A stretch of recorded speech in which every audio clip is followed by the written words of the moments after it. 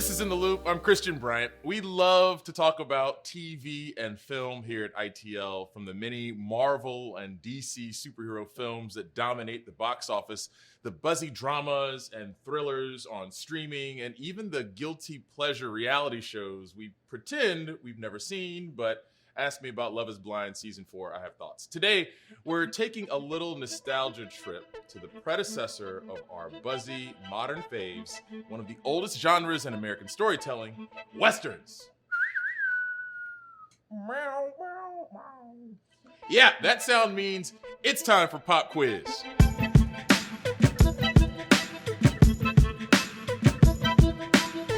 And here to lead us on our journey through the wild, wild west is entertainment sheriff Casey Mendoza. Casey, howdy. Howdy, partner. I've got a question for you. When was the last time you saw a Western on TV or film? Intentionally, it's been quite a while. Most of my experience with Westerns was walking into my dad's office as he was watching any number of John Wayne movies. My dad used to love Charlie Bronson.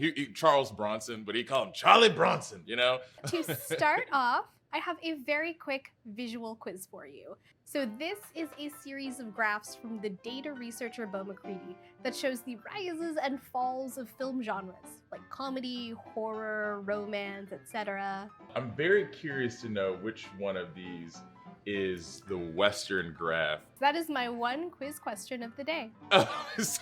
So this is a pass-fail quiz. Yeah, is that what we're doing today? basically. Okay, yeah, no pressure. I think it was the orange one on the bottom, the very bottom left. No, you are correct. Yeah! Today's pop quiz asks the question, what happened to Westerns, and what does it say about audiences then and now that stories of the Wild West so swiftly fell out of fashion?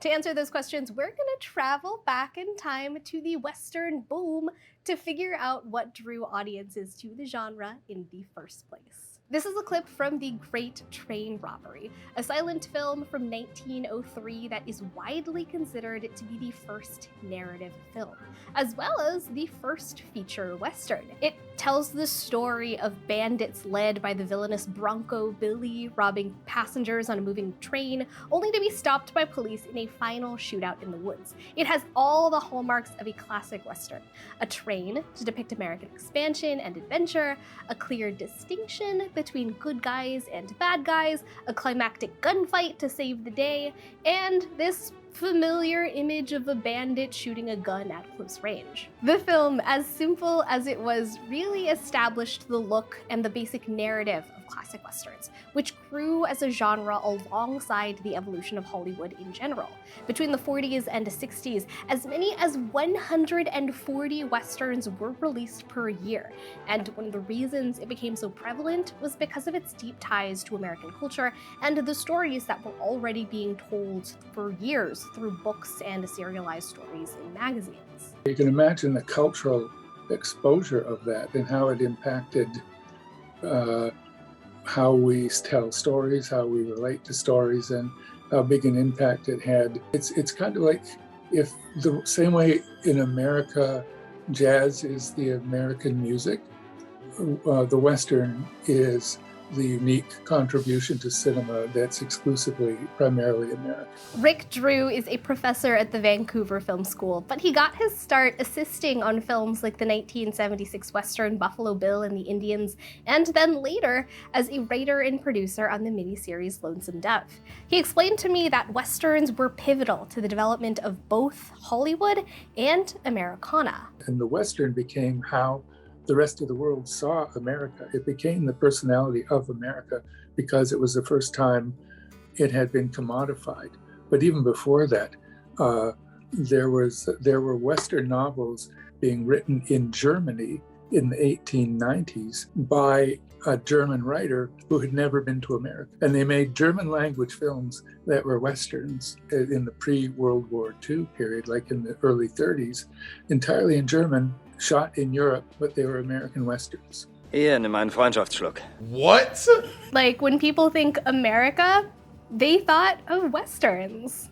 They're very masculine in their orientation, and they're also not just about what it means to be a good man, but they're about a man with a gun. Carl Plantinga is a research fellow and film studies professor at Calvin University, and he specializes in studying the ways morality and ethics are portrayed in the media.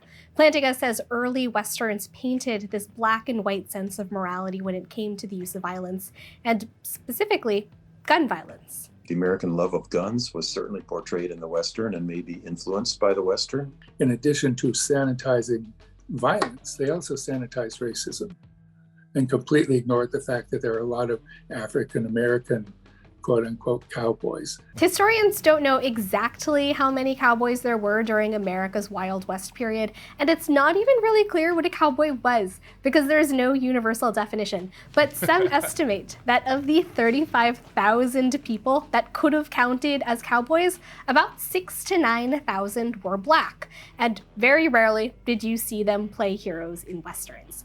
Similarly, classic Westerns were very inhumane towards Native Americans, oftentimes portraying them as quote-unquote savages. The 1939 film Stagecoach is considered one of the films that helped define the classic Western, but at the same time, it created this heavily stereotyped image of Native Americans.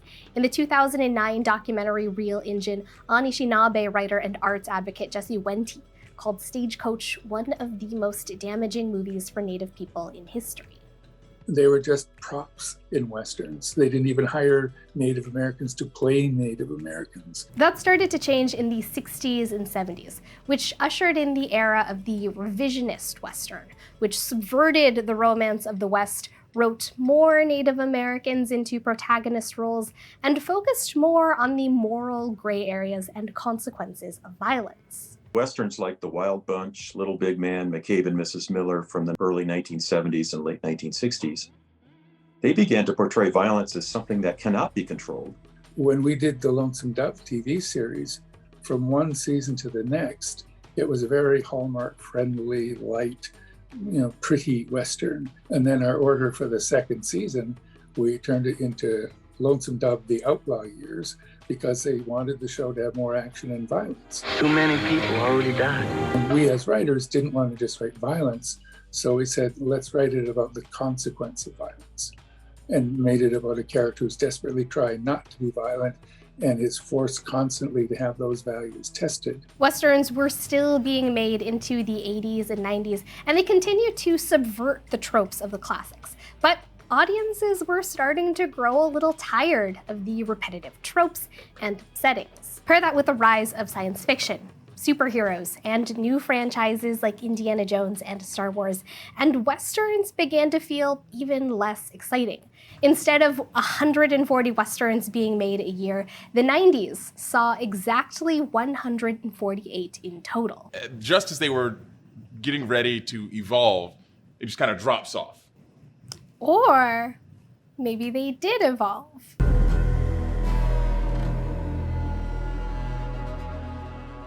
Christian, thinking about everything you've just learned about Westerns, do you think you can pull out the tropes of the genre in Star Wars? A saloon, so you have the cantina. You have, and also in that cantina, you have a pretty controversial gunfight, if you want to even call it that, with Han Solo. Pretty clear who's bad, who's good, that sort of thing. It makes sense. It's a space western. Jabba that I've got his money. Even Star Trek famously referred to space as the final frontier, pushing forward themes of discovery and exploration of a wild unknown. Gene Roddenberry, the series creator, originally pitched Star Trek as a sci-fi version of the famous Western series Wagon Train. Today, even though we've also had a couple modern Westerns like No Country for Old Men and a remake of True Grit, we're also seeing the influences of the genre in series like The Mandalorian or Better Call Saul, anime like Cowboy Bebop, and films like Nope and John Wick Chapter 3. See ya, space cowboy. There's the scene early in the film where John Wick is kind of building the revolver, and he's kind of like creating that gun, and then he kind of fires it off.